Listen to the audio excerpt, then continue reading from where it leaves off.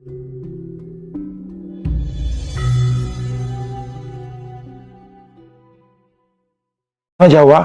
jangan aja. Kebanyakan hasilnya pasti gagal. Jadi selama tanah Jawa ya, kalau di tempat lain saya nggak komen. Karena tradisi ini sangat kental di tanah Jawa. Itu di tanah Jawa, terus untuk orang Jawa atau gimana? Biasanya tanah Jawa, orang yang usaha tanah Jawa itu mempengaruhi, atau orang Jawa yang di luar itu mempengaruhi. Tapi kalau di Sumatera mau buka enggak masalah.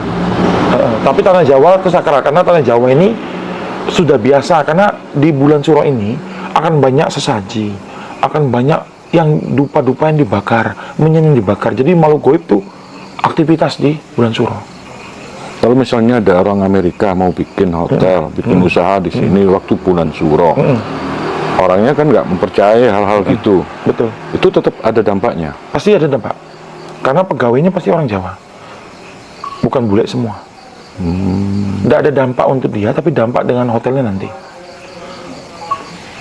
Oke. Orang sini masuk aja ke Pantai Selatan buka usaha, nggak ada masalah, bisa bangkrut. Kemarin Kanjeng Budi kan sudah acara labuan di Pantai Parangkusumo ya. Iya. Mungkin Kanjeng Budi bisa menceritakan waktu acara labuan di sana, kira-kira apa dapat pesan khusus terkait bulan Suro ini dari Ibu Ratu gitu. Kalau kemarin pesan itu saya biasanya tidak ngambil di labuhan. Kalau pesan itu harus naik pribadi. Naik pribadi ngambil petunjuk itu bukan di Parangkusumo biasa saya lakukan. Memang kemarin itu ada petunjuk tentang besarnya bencana ini akan terjadi. Kan rengkahan tuh udah mulai muncul, 3 rengkahan mulai aktif. Gunung udah mulai ini. Nah, untungnya kemarin ini bukan untung ya, maksudnya. Jadi terjadi kecelakaan di laut. Jadi biasanya kalau ada kecelakaan itu agak tenang sebentar. Jadi di tempat yang utama rengkahan itu juga terjadi korban nyawa. Itu juga tenang sebentar. Cuma di Merapi belum ada korban. Jadi Merapi masih terus. Tadi sore juga kan mulai asap juga keluar. Kalau Merapi ini memang nggak sabar, tapi kan ini rencana ke depan pandangan ini memang semua. Waktu Ibu terakhir kasih tahu, saya disuruh berjaga-jaga. Jadi ya ini udah kata-kata berjaga-jaga, biasanya saya udah stabil. Tapi pantai masih belum turun. Keadaan pasir masih stabil. Nah kemarin ada orang kecelakaan 5, itu 2 meninggal, 3 masih hidup. Jadi itu bulan Suro? Iya. Dia kalau nggak salah meninggalnya di pantai Parangdok. Sekitar Parangtitis dan Parangdok itu. Jadi sekarang ini kan ubur-ubur lagi keluarnya. Jadi biasanya kalau bencana ada itu ubur-ubur tidak ada, itu juga tidak ada, air juga berubah. Tapi ini tanda itu belum. Tapi kemarin waktu saya masuk doa, Ibu bilang suruh bersiap. Nah waktunya saya belum tahu. Untuk yang korban tadi 5 orang, itu di luar acara labuan yang resmi? Oh ya, di luar ya. Dia bikin acara sendiri? Mereka main turis. Jadi orang dari luar Jogja. Dia nggak bikin ritual, dia sekedar piknik berenang, gitu? Iya. Jadi biasanya yang banyak kejadian meninggal tuh bukan orang situ gitu. Semua pendatang. Jadi saya himbau ya untuk para turis yang main atau wisatawan domestik lah, agak berhati-hati. Jadi kalau dilarang sama tim SAR jangan ini, tolong jangan dilakukan, karena ini cuma 2 itu masih genep. Jadi biasanya akan ada lagi. Sampai berapa orang kira-kira? Biasanya ganjil. Oh gitu. Ini kan baru 2. Baru 2? Iya. Jadi harus waspada aja, jangan kalau dilarang diikutin gitu, karena arus tarik baliknya ini yang berbahaya. Jadi biasanya arus tarik balik. Biasanya kayak kasusnya itu terseret ombak atau gimana? Jadi gini, kan ombaknya tuh bagus tuh, enak tuh, terus dia berenang enak, tiba-tiba ombak pantai selatan tuh bisa berubah. Jadi nggak bisa kita prediksi. Tiba-tiba naik tinggi, ditarik, arus tariknya itu yang susah dilawan. Tapi kalau kayak kami, udah dikasih tahu, kami udah belajar, udah tahu caranya. Jadi kalau tertarik dengan arus balik, kita berenangnya jangan lurus, tapi miring ikutin arus tadi ke nyamping. Pasti ada arus tamparan ke sebelah. Jadi kita berenangnya tuh kembali ke pantai itu harus miring, baru bisa kembali. Jadi pokoknya yang berbahaya ini arus tarik. Nah, kalau untuk parangtritis itu palungnya tetap ada, tapi para wisatawan harus tahu ditandain sudah dengan bendera. Jadi jangan main di sekitar bendera itu, karena ada palung laut, jurang. Kalau Parangkusumo saat ini masih aman, cuma arusnya bisa naik dadaan. Seperti acara kemarin tiba-tiba naik tinggi, tenang tiba-tiba tinggi. Jadi kita nggak bisa prediksi sekarang. Yang di Gunung Kidul lebih lagi. Biasanya kita bisa prediksi pasang ini naik sekitar 5 jam lagi atau 7 jam lagi. Sekarang nggak bisa. Tiba-tiba 3 jam pasang naik. Jadi susah dibaca sekarang di Pantai Selatan. Karena mendekati bencana, jadi susah dibaca. Oke. Tadi Ibu Ratu berpesan kalau disuruh jaga-jaga. Iya, waspada dan waspada iya. Karena akan ada bencana. Iya. Sebagai orang awam, kira-kira tindakan konkret seperti apa itu? Jaga-jaganya kayak apa? Ya, biasanya untuk jaga-jaga banyak berdoa gitu. Banyak berdoa, cari kemas yang baik untuk surat-surat yang penting. Jadi kalau ada apa-apa kan gampang untuk ininya. Karena ini Merapi ini kan juga sudah mulai aktif terus nih. Udah aktif. Kemarin ada laporan 3 rengkahan itu sudah mulai aktif juga. Jadi cuaca ini udah mulai berubah. Berubah-berubah gitu. Ini memang udah deket, tapi kalau saya sih nggak khawatir ya. Banyak orang telepon saya, bagaimana Kanjeng, berbahayanya bagaimana, mereka mau pindah. Ya saya bilang jangan khawatir ya Pak, karena yang nanti kena itu ya sudah ada ditulis kok. Jadi aman aja kalau memang nggak kena gitu. Oke. Ini masih terkait sama Ibu Ratu. Konon ketika misalnya Ibu Ratu itu ndak ke keraton, datang ke mana itu, ke daratan kan, itu beliau katanya konon itu lewat itu gerbang alun-alun kidul itu. Apa itu memang rute yang biasa beliau tempuh atau itu bebas atau dimanapun beliau bisa lewat? Kalau Ibu Ratu udah jarang keluar, udah nggak pernah keluar lagi. Gitu ya? Itu mungkin dewi yang lain. Iya. Jadi setahu saya sampai saat sekarang tidak keluar lagi karena tidak ada kepentingan untuk keluar lagi. Sudah banyak, jujur dari keraton sudah tidak ada. Semenjak keraton sudah ada ratu-ratunya dari Indonesia. Aneh itu, karena bangsa kita ini luar biasa. Misalnya kita punya Borobudur, kita punya Gunung Padang, sejarah yang luar biasa dari abad keberapa. Sekarang Gunung Padang belum bisa diselidiki. Energi yang ada di sana luar biasa. Sampai teman-teman saya profesor dari luar negeri itu semua pergi ke sana.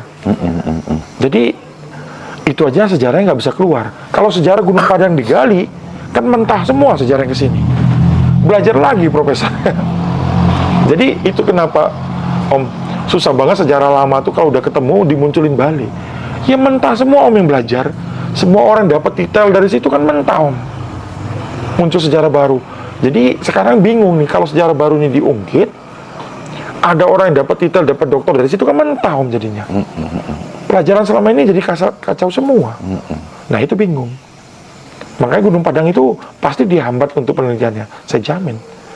Nggak akan mungkin bisa munculin. Dunia juga nggak akan mau lakukan penelitian khusus di bidang itu. Nanti sejarah Mesir pasti bergeser juga. Iya, saya kapan itu nonton YouTube seorang keturunan dari Yaman, Habib siapa gitu. Dia bilang bahwa kalau tidak datang datuk-datuk kami dari Yaman, orang Indonesia, orang Nusantara ini bodoh-bodoh masih menyembah batu, pohon gitu. Padahal kalau dilihat dari Gunung Padang, itu kan usianya kan sudah ribuan tahun sebelum Masehi, bahkan bisa membangun suatu peradaban yang luar biasa. Tapi mereka mengklaim leluhur kita itu orang bodoh. Gimana itu? Itu saya nggak setuju sekali. Setuju ya? Bayangin teknologi Borobudur aja dibangun di abad sekitar 4 atau 5 Masehi. Bagaimana cara ngangkat batu besar itu ke atas? Bagaimana dibikin perhariannya bagus? Wah, itu luar biasa. Era itu luar biasa. Makanya saya bilang, bukannya Indonesia ini tidak bertuhan di dulu. Indonesia ini tahu bahwa ada Tuhannya tidak berbentuk. Makanya ada agama yang awal itu ada kepercayaan tentang Tuhan, macam-macam itu zaman dulu. Istilahnya bukannya kita tidak itu, tidak. Indonesia dari zaman dulu sudah tahu bahwa ada pencipta yang tidak berbentuk. Nah, yang animisme, dinamisme itu kan yang di pelosoknya. Yang modernnya, bagaimana bangun kerajaan kita udah bagus. Perayaan yang dibangun di tiap kerajaan itu bagus sekali. Tatanannya, wah, luar biasa. Jadi, saya nggak setuju itu. Makanya saya bilang, ada dua negara yang klaim terus tentang sejarah kita. Yang satu dari Timur Tengah, yang satu dari India. Selalu masuk dalam sejarah kita. Pasti. Jadi saya kira kan mereka itu lihai juga, istilahnya memanfaatkan kedekatannya dengan kolonial Belanda waktu itu kan. Iya. Istilahnya ingin merubah pemahaman orang-orang di Nusantara, khususnya di Jawa ini, dengan sarana agama, biar mereka lebih tunduk dan patuh kepada mereka.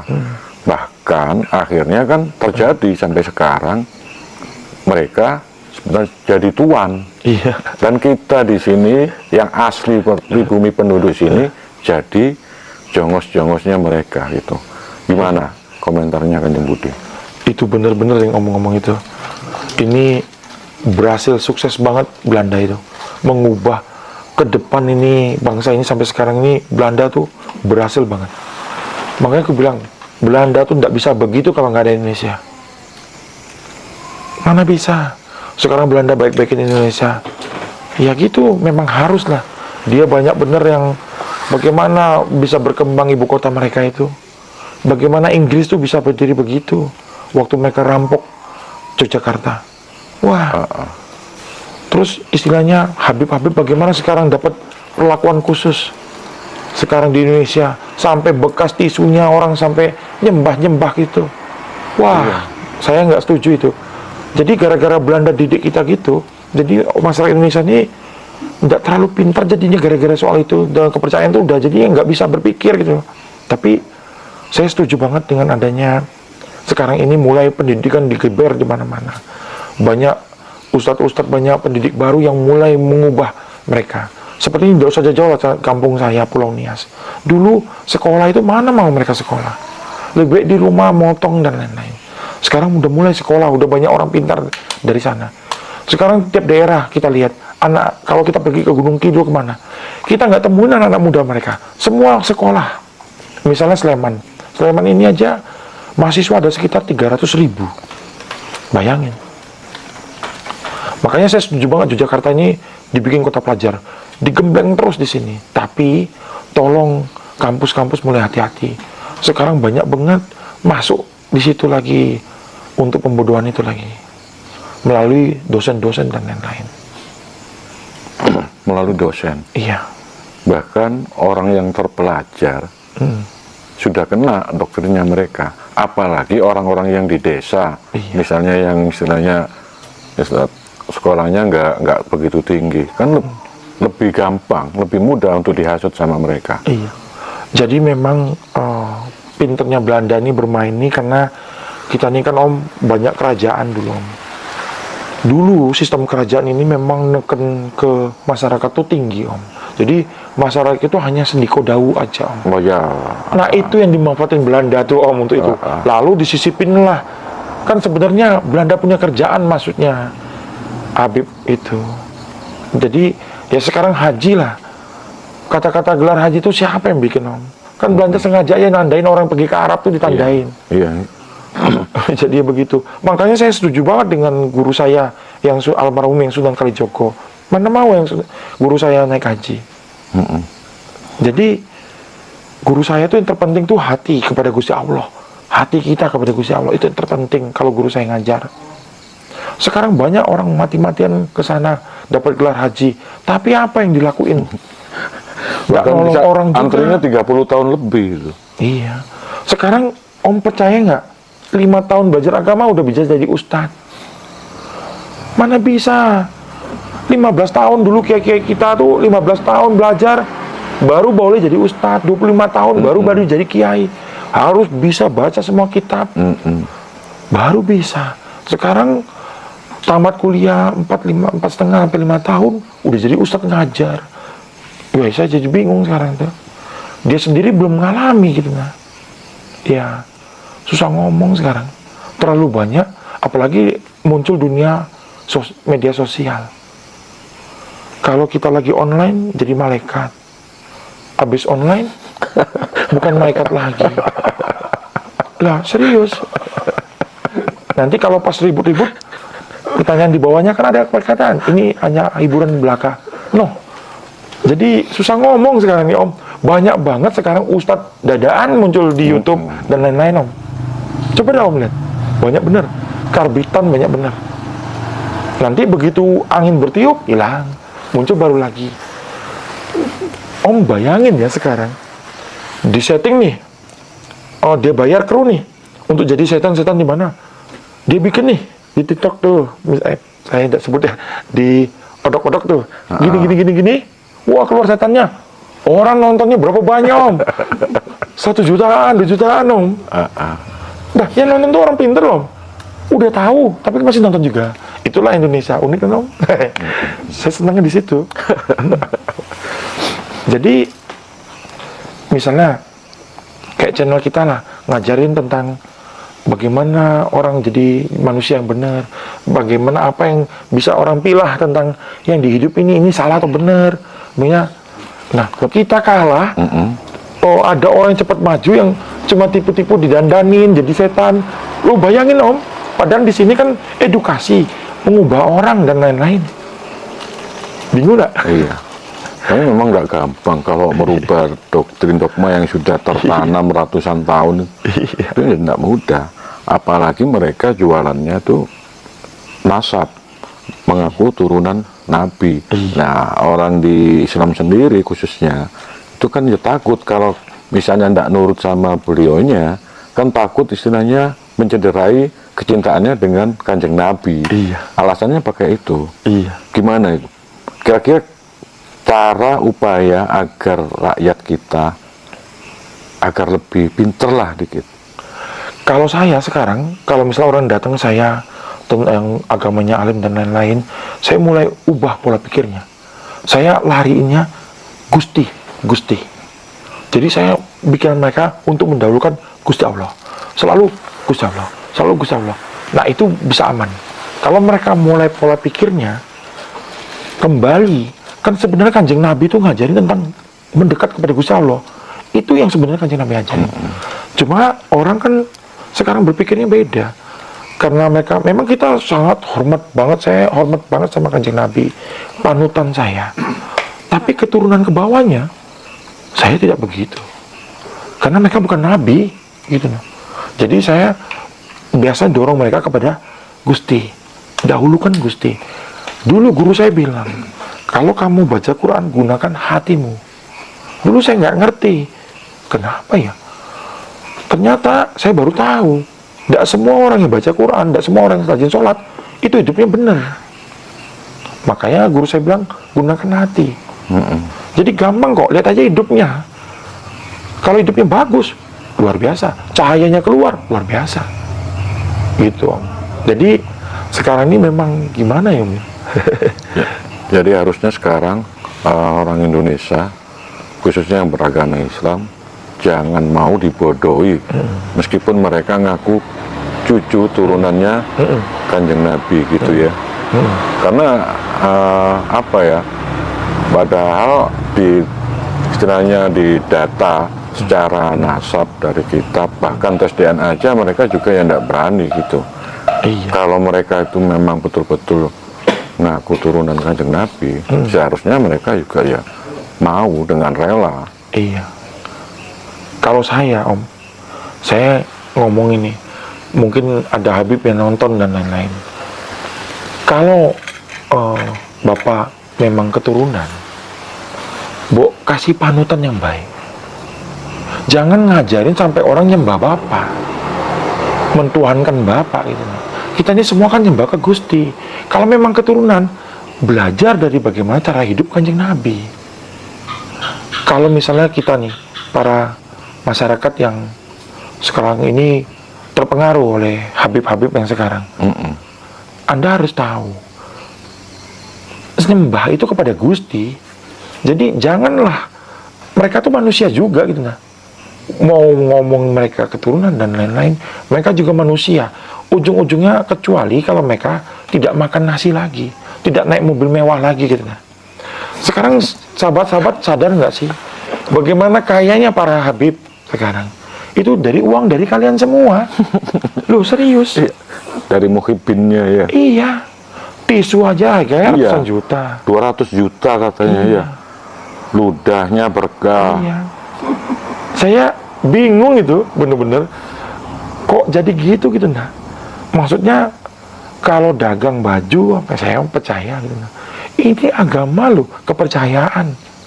Maksudnya jalan kita bagaimana kepada mengenal Gusti Allah. Kok jadi begitu gitu nah. Makanya waduh, jujur ya, janganlah kayak gitu nah. Mulailah sadar. Nenek moyang kita ini dulu orang pinter. Cuma gara-gara ada penjajah ini, dengan dimasukin kayak gini, jadinya kayak gini. Dibelokkan. Iya. Jadi jujur ya, ini penjajahan maksudnya. Melalui ideologi.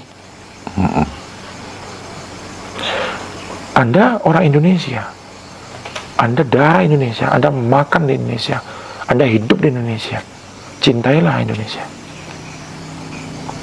Setuju. Iya. Sekarang lah udah lebih kuat daripada Belanda. Jujur. Iya, memang kalau lihat berita itu kita itu miris juga. Mereka ngakunya cucu Kanjeng Nabi, tapi dalam caranya berdakwah, mereka istilahnya teriak-teriak, ngotot-ngotot, ngajak ke lain. Itu kan yang tidak mencerminkan sama sekali. Kanjeng Nabi orangnya santun, lembut, penuh dengan keindahan. Iya. Nah gitu.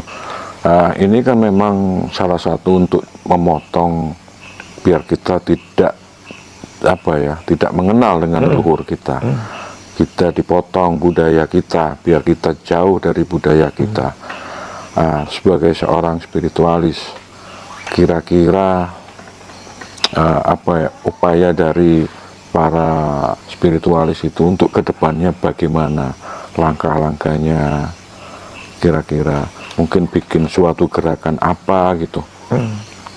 Jadi susahnya tuh gini Om, karena tidak semua Habib tuh melenceng Om.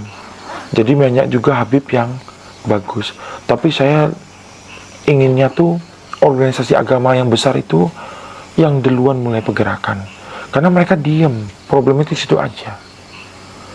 Jadi gini, beberapa keturunan dari yai-yai terhormat kan semua diem. Sudahlah, lebih baik enak nonton kayak misalnya guru istilahnya Gus Baha. Kan enak, Gus Baha ngupas tentang bagaimana Quran, ayat bagaimana. Kita kan jadi dapat untuk kita berhidup gitu. Nah, jadi yang selama ini kan saya lihat pengajaran tentang cerita aja, ini aja gitu. Nah, ya maksudnya gimana ya? Mulailah cari pengupasan tentang Quran untuk bagaimana kita pakai dalam kehidupan. Kalau cerita tentang sana sini ngelantur ya susah ngomong saya jadinya. Ya, tapi saya berharap dengan generasi berikutnya ini berbeda Om. Udah mulai pendidikan mereka, udah mulai main media sosial, udah mulai berubah. Mungkin karena generasi yang kemarin ini belum ketuker aja Om. Nanti kalau udah bertuker dengan generasi yang baru, mulai hilang ini Om. Kita mesti sabar sedikit aja. Makanya generasi milenial ini nanti naik, berubah itu. Oke, mungkin 2045 yang digadang-gadang menjadi Indonesia emas itu mungkin di situ nanti mungkin anak kita atau cucu kita nanti akan melek, sudah sadar bahwa selama ini kita itu dibodoh-bodohin di rumah sendiri sama mereka yang notabene mereka hanya pendatang. Itu. Nah, iya, silakan. Seperti ini Om, Kan orang banyak nertawain tuh Pak Prabowo, kasih susu, makanan sehat dan lain-lain. Tapi sebenarnya itu benar Om. Banyak sekarang kurang gizi, banyak orang kurang banget itu Om. Memang benar itu Om. Saya aja dulu jarang minum susu Om. Iya serius, jarang makan bergizi Om. Jujur, kadang-kadang makan nasi ini lagi, sayurnya tidak. Sebenarnya beliau diketawain tapi sebenarnya bagus itu Om. Bukannya saya pendukung atau gimana ya, tapi memang bagus. Generasi baru tuh harus bergizi. Daripada uang itu lari ke istilahnya proyek besar dikorupsi, akhirnya proyek kecil. Kan banyak yang gitu. Kayak misalnya Pak Jokowi, orang teriak-teriak nih jalanan, kok bangun tol gini, ini. Jujur ya, saya kan sering kemana-mana, saya nikmatin bener ada tol sekarang. Nggak macet-macetan kayak dulu, serius. Serius, bener-bener. Jalanan jadi lebih gampang gitu. Nah ini tol Jogja mau jadi lebih gampang lagi nanti.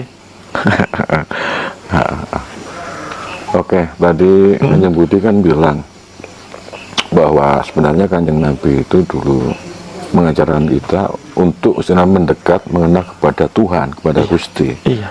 Nah, sebagai seorang spiritualis dan istilahnya mempelajari ilmu Jawa juga, saya ingin minta pendapatnya Kanjeng Budi. Konsepnya ketuhanan, ketauhidan dalam ilmu Jawa itu kayak apa? Nah kebetulan saya tidak masuk ke ilmu Jawa, jadi saya nggak berani kupas karena ada beberapa pengertian yang dalam. Sampai sekarang pun agak berbeda di tiap beberapa pengupas di ilmu Jawa. Karena ilmu Jawa itu Om ada macam-macam penghayat, itu berbeda. Jadi saya nggak berani kupas karena tiap penghayat itu berbeda Om masuknya. Jadi kalau pendapat saya aja di luar ilmu Jawa saya berani ngomong. Oke, nggak apa-apa. Nah, jadi kalau ketuhanan, konsep ketuhanan bagi saya, karena gini Om, basicnya saya kan dari agama dulu. Jadi terus saya jalan ke non agama. Jadi ketuhanan tuh bagi saya itu adalah pembimbing atau istilahnya rujukan dari tingkah laku saya, kehidupan saya. Jadi sebenarnya bagi saya ketuhanan itu contoh saya, gambaran saya untuk saya ikuti gitu. Kalau enggak saya akan susah dalam kehidupan untuk melangkah menjadi baik. Itu konsep Tuhan bagi saya. Jadi Tuhan itu adalah contoh kehidupan yang untuk saya jalani. Baik perintah apa yang dalamnya itu untuk saya jalani. Di luar dari apa itu Tuhan, apa itu bentuk Tuhan, bagaimana. Jadi bagi saya Tuhan itu adalah sebuah contoh bagi saya untuk hidup jadi manusia. Untuk menjadi manusia. Manusia seutuhnya. Iya. Seperti salah satu di konsep ilmu tauhid itu kan ada laisa kamislihi syai'un. Itu sebenarnya sama dengan di Jawa, tan keno kino yang ngopo. Jadi sebenarnya Tuhan itu tidak bisa digambarkan, tidak bisa diimajinasikan kayak apa modelnya, bentuknya gitu. Seperti misalnya sebagai ini sangat populer di kalangan Jawa, seperti suruh mencari galie kangkung, untuk mencari intinya kangkung. Itu kan sebenarnya tidak ada, kangkung kan kosong. Kalau menurut Kanjeng Budi yang basicnya dari agama tadi, apakah dari agama juga ada kesamaan untuk konsep yang tadi itu, masalah ketuhanannya juga? Kalau konsep Jawa dengan konsep agama memang berbeda, pasti berbeda. Nah, yang repotnya ini, saya ini juga berasal dari fisika kuantum. Jadi kalau di fisika kuantum memang ada satu konsep tuh tidak ada ketuhanan, tapi hanya ada partikel. Jadi beberapa konsep agama kan kalau yang tadi kan kosong dan lain-lain, tidak berbentuk, memang benar. Tapi dalam konsep agama walaupun tidak berbentuk, tapi ada sebuah penampakan yang disebut cahaya. Nah, cahaya itulah yang membuat saya berjalan. dalam kehidupan ini. Nah, kalau dalam kuantum yang saya pelajari, itu partikel yang tidak diketahui itu memang ada, berbentuk sebuah partikel energi, bisa ditangkap oleh kamera tertentu dan lain-lain. Cuma mereka belum tahu partikel ini apa dan dari mana. Itu aja yang jadi problem. Lalu ada peneliti datang berembuk kepada saya, sebenarnya partikel cahaya itu apa? Nah, kalau di ilmu Jawa kan tidak ada rincian lagi soal itu. Tapi di dalam fisika kuantum dan di dalam ilmu agama itu ada rinciannya soal itu. Misalnya, kalau kita mau mengikuti dari agama dari Taurat sampai ke sini, kan yang tak berwujud tadi ada nama. Yang nama yang tidak ada huruf hidupnya. Dan dia ada gambaran di balik itu. Nah, yang saya alami pribadi dalam penglihatan saya, itu ada cahaya di dalam cahaya.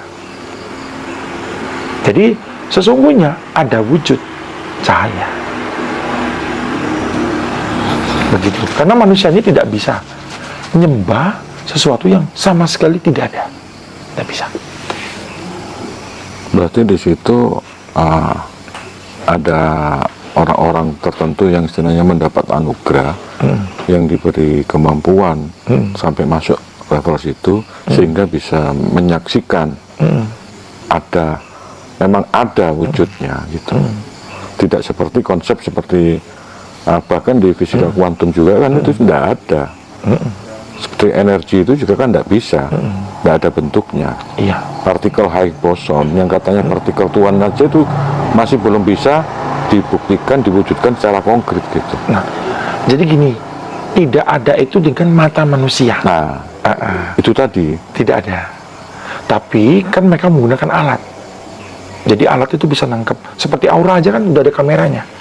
Jadi orang yang bisa ngeliat itu dengan mata yang berbeda. Memang yang di konsep orang Jawa tuh kan dengan mata johir, maksudnya jasad. Tidak ada. Memang tidak ada. Mata jasad tidak akan bisa lihat. tidak akan bisa menangkap ya. Tetapi matahari itu ada. Jadi kenapa matahari ada? Nah, Ya karena bercahaya. iya. Jadi dalam konsep fisika kuantum tidak ada wujud yang nyata. Jadi kita ini adalah gabungan dari partikel. Partikel-partikel. Iya. Betul. Tapi kita lihat tubuh ada. Untuk partikel yang memadat itu menjadikan Betul. fisik. Betul. Tetapi sesungguhnya dalam ilmu itu tidak ada yang nyata. Nah, jadi konsep kayak gini memang berat, agak sulit diterima karena banyak yang belum masuk gitu, Om. Jadi agak sulit kalau dibahas, berat banget pasti itu.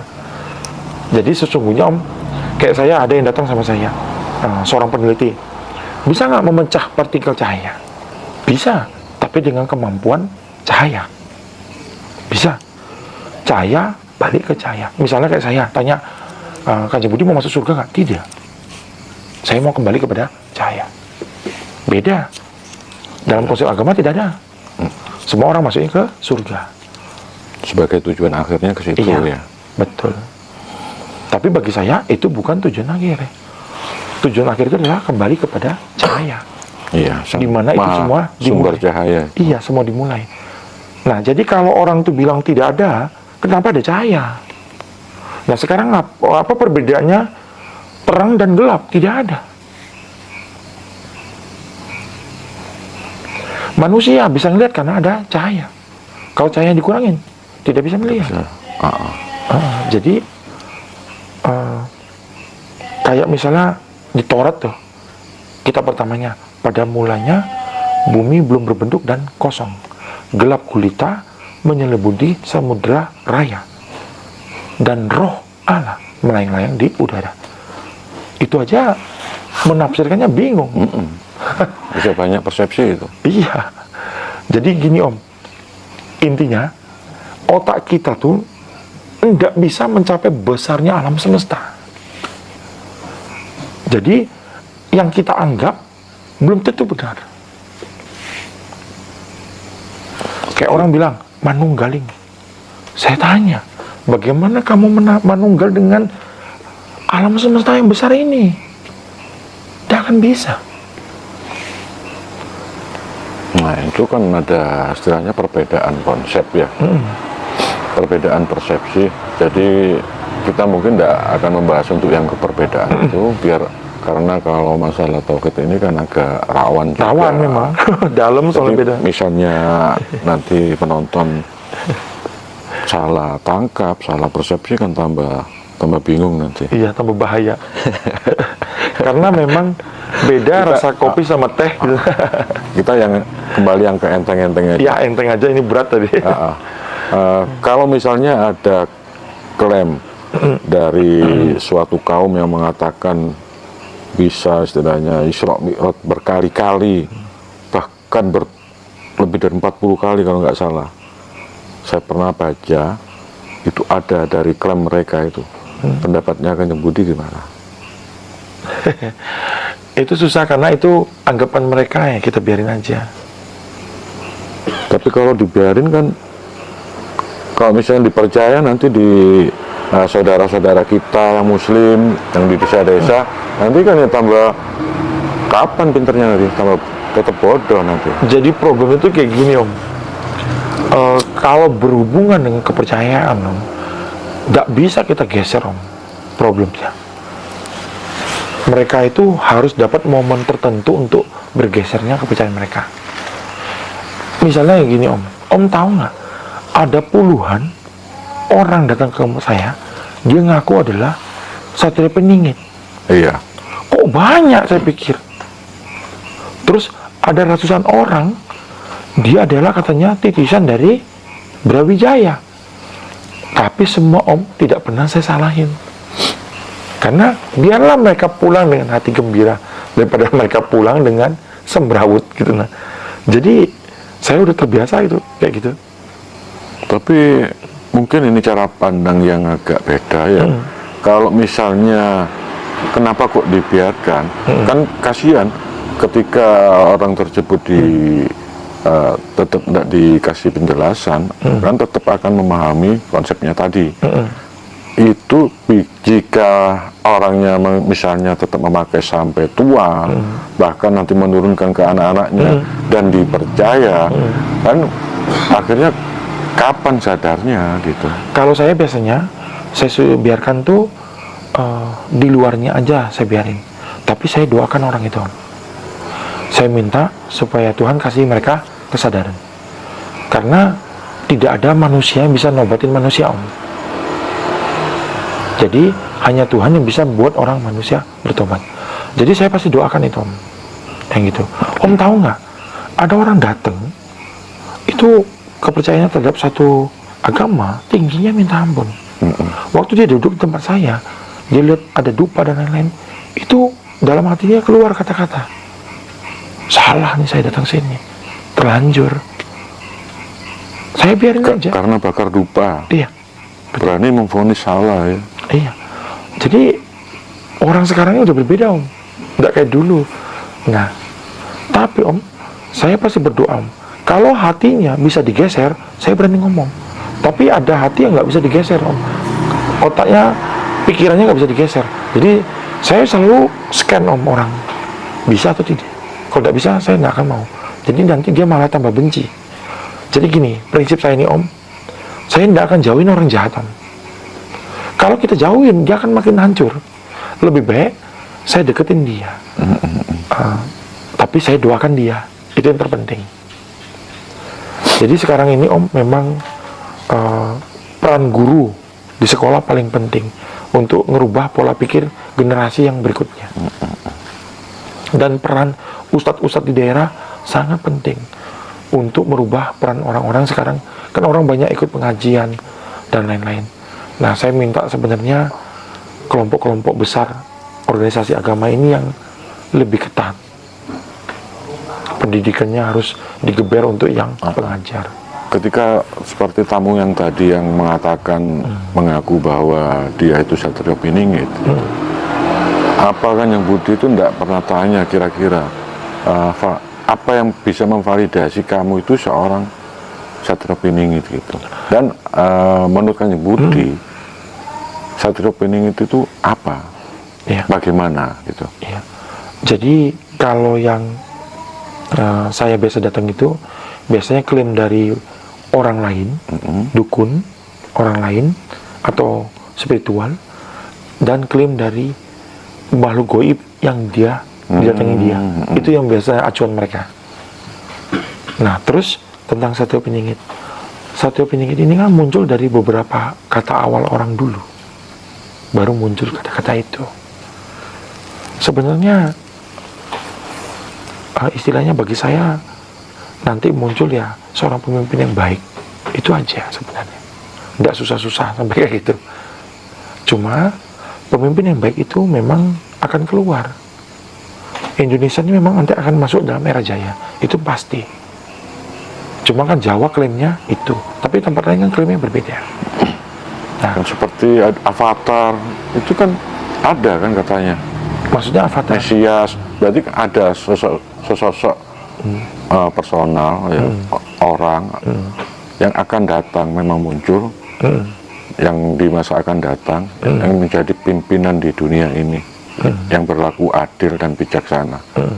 Apakah memang ada memang sosok kayak gitu? Kalau beberapa cerita itu memang di kitab memang ada, tapi berbahayanya nanti ujungnya mereka akan jatuhnya ke masalah. Kalau kayak di kitab, salah satu kitab ya, itu tertulis memang Om, akan ada pemimpin yang seperti itu. Dia akan dipuja dan dielukan. Tapi Om, ujungnya nanti dia akan disembah. Ada seperti itu tertulis. Jadi dunia ini, Berarti kamuflase aja berarti. ya, bagi saya dunia itu susah untuk bikin adil Om. Karena dunia ini memang adalah suatu cobaan kita. Jadi sebenarnya Om, dunia ini hanya cobaan aja untuk kita masuk ke dalam dunia berikutnya nanti, kehidupan berikutnya nanti. Jadi di masa sekarang ini anggaplah suatu masa ujian. Makanya dalam ajaran guru saya Sang Buddha, ini ada suatu fase dalam fase penderitaan. Dunia ini kan penderitaan. Om harus bekerja untuk dapat uang. Sedikit lagi Om bisa sakit. Ini, jadi ya mas, dunia itu seperti itu. Tidak ada manusia yang tidak ada masalah. Semua punya masalah. Tidak ada yang terbebas dari masalah kecuali meninggal. Jadi dunia ini memang dunia cobaan, dunia untuk kita lulus gitu. Nah, nanti kehidupan sungguhnya setelah ini. Tapi kan ketika meninggal kan katanya masih ada masalah juga. Kata siapa tidak ada masalah? Ya kalau bisa dapat jalan pulang. Kalau tidak tahu arah jalan pulang kan ya itu malah beda. kesasar. Itu beda lagi. Itu namanya, jadi gini, masalah ini adalah yang terjadi di dunia itu disebut masalah. Di sana kan beda lagi. Yang kita sebut masalah ini hanya di dunia. Yang setelah itu bukan kita sebut masalah lagi. Karena udah beda. Oh, hasil karyanya sendiri itu berarti. Jadi gini Om, dunia ini aja yang disebut masalah itu. Dunia ini aja yang ada kelahiran, penderitaan, sakit, kematian, kan dunia ini. Jadi kalau Om memang mau rasakan yang surga seperti orang bayangin, ya dunia saat hidup ini. Makan enak, jalan-jalan, apa. Nanti dunia yang berikutnya beda lagi kasusnya. Jadi jangan pernah anggap makan cabai di sini, makan enak mie di sini, nanti di sana ada makan mie. Jangan ngomong kayak gitu, beda lagi kasusnya. Gitu. Jadi apa sih sebenarnya yang kita benar-benar punya dunia kan tidak ada. Seperti surga yang digambarkan katanya kan ada. Kita misalnya disiapin buah, makanan yang enak-enak, yang lezat. Wanita cantik. Wanita cantik, puluhan lagi. Ya ditulis di situ sih gitu, tapi saya enggak baca yang itu. Itu saya susah ngomong karena itu munculnya dari tulisan tertentu. Tapi sebagai seorang muslim juga kan itu memang santer sekali kan cerita itu. Iya, sampai berani berkorban nyawa demi itu. Itu secara esensi apa kayak gitu? Sebenarnya di akhir zaman memang harus terjadi gitu Om. Kan ini udah zaman akhir. Jadi tulisan-tulisan seperti itu lebih banyak digandrungi soalnya. Susah banget kan untuk nahan tentang, saya nggak berani ngomong tulisan apa ya tentang tulisan itu. Banyak orang pakai. Seperti satu tulisan tentang penyembuhan, obat juga banyak orang pakai. Kayak sekarang lah Om, saya nggak setuju banget. Orang lakukan sholat ini biar kaya. Orang lakukan zikir ini biar kaya. Saya nggak setuju. Pantang banget bagi saya setuju soal itu. Kenapa Om? Sholatku, ibadahku tuh hanya karena anugerah Tuhan kasih saya hidup. Bukan karena biar saya kaya dan lain-lain. Tidak. Bertuhannya Om tuh karena Om hidup. Begitu. Tapi memang kenyataannya kayak gitu. Saya sering dapat istilahnya keluhan dari teman atau bahkan orang yang tidak dikenal. Dia cerita kayak gini, saya sudah sholat 5 kali, bahkan kadang itu malam bangun sholat malam, terus kadang juga puasa Senin Kemis. Tapi kok kenapa hidup saya begini-begini saja? Memang tidak ada kaitan kan hasilnya antara finansial dengan ibadah seseorang itu kan. Iya, pola pikirnya salah itu, ngaco itu. Jadi gini loh, sholat itu karena kita diberikan hidup oleh Gusti Allah. Jadi kewajiban kita untuk kembali mendekati Gusti, itu sholat. Kalau sholat ngarepin pahala, kekayaan dan lain-lain, apa bedanya dengan sales jual rumah? Kemurniannya nggak ada ya. Bukan kemurnian, keikhlasannya nggak ada. salah jalan sudah. Jadi kok berhitung sama kalau Gusti Allah hitung bagaimana? Saya nggak setuju. Karena Om perhatiin lah rezeki. Orang jahat aja kaya kok. Nggak percaya Tuhan aja kaya kok. Orang pelit aja kaya. Lah iya. Bahkan orang yang nggak beragama, nggak punya Tuhan aja kaya. Kaya. Tuh. Jadi saya bilang gini lah. Banyak ada teman saya. Dia sholat sampai 11 kali dan lain-lain. Habis itu nanti kalau ini dia ngeluh tentang ini itu tentang kehidupan. No, saya bilang, bagaimana ceritanya? Orang kalau udah sholat 11 kali dia kenal Gusti, hatinya bertaut sama Gusti.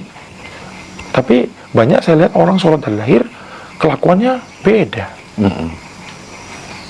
Tidak mencerminkan tentang apa yang Gusti ajarin. Jadi sholatnya ngapain gitu? Zikir kerjanya biar dapat duit. Jadi inilah rezeki itu kayak hujan. Kalau kita nggak masuk ke hujan itu, kita nggak basah. Kalau kita tetap berdiam di sini nggak basah. Makanya saya selalu ngajarin jalan pulang tuh ada 2. Seperti kaki kenapa ada 2, tangan kenapa ada 2. Yang pertama, sudahkah engkau selesain tugasmu sebagai kepala keluarga atau istilahnya berumah tangga? Sudahkah engkau mencintai istrimu seperti engkau mencintai dirimu sendiri? Sudahkah engkau menjadikan panutan bagi anak-anakmu? Sudahkah engkau meninggalkan bekal yang cukup, langsung cukup untuk mereka saat kita pulang nanti, hingga mereka nggak minta-minta sama orang? Di saat keluarga harmonis, Gusti Allah ada di sana, Tuhan ada di sana. Setelah Tuhan ada di sana, kita baru mengenal Tuhan dengan laku sholat kita dinaikin, ibadah untuk mendekati Tuhan, mengenal Tuhan. Dua-duanya mengkerucut menjadi satu ujung piramida, yaitu Tuhan. Itulah jalan kematian. Ada teman saya ninggalin semuanya untuk cari Tuhan. Nggak kenal-kenal sampai sekarang, lontang-lantung, malah sekarang jadi nggak waras. Karena dia salah jalan. Jadi yang pengusaha, jangan tinggalin usahamu. Kembangin usahamu. Dengan engkau jadi orang kaya, engkau bisa bantu orang. Orang datang minta doain, kita doain. Tapi kan tidak cukup, dia harus nebus anaknya di rumah sakit. Mending kalau dia punya BPJS, kan enggak jadinya. Jadi kalau engkau orang kaya, engkau doakan dia biar spiritual batinnya kuat, engkau kasih uang biar dia bisa nebus anaknya. Itulah baru pertolongan. Jadi jangan tinggalin usaha Anda. Jangan anggap dunia seluruh ini suatu musuh, jangan. Jalani kewajiban Anda, nanti ditanya. Nggak bisa Anda kejar aja gini, nanti Anda bisa masuk, enggak. Jadi seimbang, bekerja dan mengenal Tuhan. Itulah jalan kematian. Jadi bagi saya jalan kematian ya itu. Urip itu urup, harus bisa bermanfaat. Iya. Cobalah Om misalnya lihat orang Om bantu, terus mereka sekeluarga tertawa bahagia. Nah, Hati Om bagaimana? Luar biasa gembiranya. terus katanya Kanjeng Budi tadi bahwa di dunia ini tempatnya penderitaan. Terus gini, apakah ya memang mutlak kayak begitu? Terus kalau tidak, bagaimana cara kita mengolah tentunya dengan pikiran atau perasaan untuk merubah bahwa penderitaan itu menjadi suatu kebahagiaan. Nah, memang yang kata Om itu memang benar. Sebenarnya penderitaan, tapi kita harus bisa merubah penderitaan itu jadi satu kebahagiaan. Itu memang poin yang luar biasa dalam kehidupan pengajaran guru saya dulu. Memang kita harus mengubah penderitaan jadi kebahagiaan. Jadi begitu penderitaan datang kepada kita, kita lihat dulu kenapa ini terjadi. Kalau saya gitu pasti cek, kenapa saya ini terjadi. Nanti saya lihat, nanti saya akan temukan, oh ternyata ini terjadi ada maksud tujuan ini. Nah, saya selesain ujungnya itu. Setelah saya selesai ujungnya itu, penderitaan itu berubah Om, jadi suatu kebahagiaan. Tetapi penderitaan itu tidak akan berhenti Om, akan muncul penderitaan baru. Iya kan, kita harus diuji terus biar grade-nya naik kan? Betul. Jadi gini, makanya saya punya prinsip gini, yang terjadi hari ini cukup terjadi hari ini sampai matahari terbenam. Besok pagi iya beda lagi. Makanya orang bilang, Kanjeng Budi ini aneh, hari ini marah-marah sama saya, besok paginya enggak. Loh, ya memang kayak gitu. Yang terjadi hari ini boleh saya marah gitu, misalnya Om Dodi gini marah saya, ya besok ya beda, udah lewat itu. Iya, itulah manusia, harus bisa seperti itu. Nah, saya belajar itu setiap hari, karena kan kita kadang-kadang nggak bisa tuh tiba-tiba naik emosi marah, pasti terjadi. Tapi cukuplah sampai matahari terbenam. Besok pagi adalah hari yang baru, rezeki yang baru, suasana yang baru, penderitaan yang baru. Tapi kalau saya enggak, kebahagiaan yang baru. Oh iya. Jangan melulu mengharap penderitaan. Nah. Jadi jangan salah Om, orang punya banyak uang itu suatu jalan penderitaan. Bagaimana dia bisa memanage uangnya? Iya. Iya. Kan orang kalau punya banyak uang Om, cenderungnya tuh nggak apa Om? Pertama sombong. Kedua, dia nggak akan mau keluarkan uang itu untuk yang lain. Dia anggap dengan dia menumpuk uang itu semakin banyak, dia semakin kaya. Itu konsep yang salah. Nah, menjaga kesadaran, itu kan kesadaran berarti. Betul. Dibutuhkan untuk agar tetap bisa eksis, bisa sadar, mensinkronkan antara pikiran dan perasaan. Nah, ketika orang itu bisa mempertahankan kestabilan kesadarannya itu dan selalu berpikiran positif, menurut beberapa pakar ahli seperti yang dari luar itu tentang law of attraction, itu akan bisa menarik pundi-pundi rezeki masuk ke kita. Kalau menurut Kanjeng Budi, apakah setuju juga dengan pendapatnya beliau? Betul itu, setuju saya. Cuma saya caranya beda. Saya nggak ngikutin cara yang itu. Makanya kalau saya pribadi, saya sengaja membuka titik cakra saya, karena pundi-pundi rezeki itu bagaimana kita tetap sadar terus, bagaimana kita tetap positif terus itu kan harus ada daya upaya. Makanya saya menggunakan teknik yang berbeda. Saya membuka cakra saya, membuka cakra jantung saya. Jadi begitu saya misalnya energi negatif menyerang saya, jadi kan saya mulai nih pikiran positif itu berkurang, itu menurun itu. Nah, saya biasa kembangin diri saya itu hingga saya menyadari, wah ini tidak enak nih. Saya lakukan grounding, saya lakukan kembali positif. Baru, tetapi mesin cakra itu harus diperintah untuk menarik yang pundi-pundi rezeki tadi dari segala penjuru. Jadi ibaratnya kalau saya menggunakan cakra, tapi kalau orang lain kan menggunakan dengan sugesti, dia bangun, saya hari ini sukses, saya hari ini, itu sama itu. Tapi bedanya kalau saya lebih suka menggunakan teknik cakra. Oke, ini saya ingat ini ngomong-ngomong tentang membuka cakra jantung. Rencana Kanjeng Budi kan mengadakan acara di Bekasi kan, tanggal 24 Agustus ya.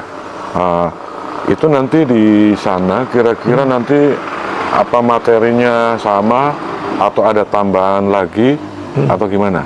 Jadi basicnya sih materinya sama, tetapi dari pengalaman dua kemarin ini ada banyak nanti perubahan yang saya mulai ubah. Kan saya bikin persentase tuh, yang berhasilnya berapa, yang berhasilnya berapa. Jadi waktu yang kedua ini tingkat keberhasilan tuh tinggi daripada tingkat yang waktu pertama. Jadi saya mulai koreksi.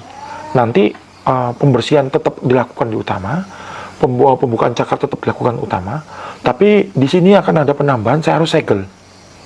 Karena saya lihat, segel itu penting banget. Karena mereka ini kebanyakan kan bukan seorang spiritualis, kebanyakan pengusaha dan lain-lain. Jadi penting banget segelan tuh.